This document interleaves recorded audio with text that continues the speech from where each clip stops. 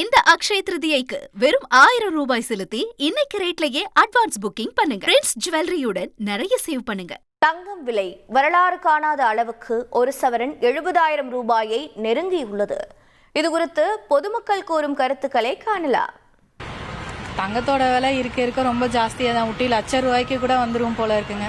ஏழை மக்கள்னால கண்டிப்பாக வாங்கவே முடியாது. அது யோசிக்க கூட எட்டாக்கனியாக மாறிட்டே வருது.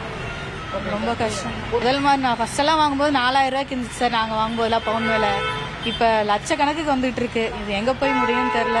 பொதுமக்களாக இருந்தால் வாங்க முடியாது. அட்லீஸ்ட் ஒரு 50,000க்காவது கொண்டு வரலாம்.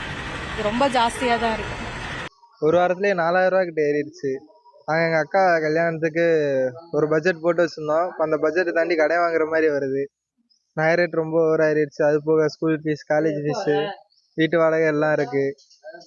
மிடில் கிளாஸ் பசங்க ரொம்ப கஷ்டம்தான். எங்களுக்கு கல்யாணம் பண்ணி கொடுக்கும்போதெல்லாம் 10 வருஷத்துக்கு முன்னாடி நகை ரேட் அதிகமாக தான் இருந்தது. ஆனால் இப்போ 10-12 வருஷத்துக்கு முன்னாடி இருந்ததோட அதிகமாகவே விலை போயிட்டுருக்குது. இப்படியெல்லாம் நகை விலை ரேட்டாக இருந்தாக்கா சொத்து எழுதி கொடுத்தே கல்யாணம் பண்ணிடலாம் போயிருக்கு.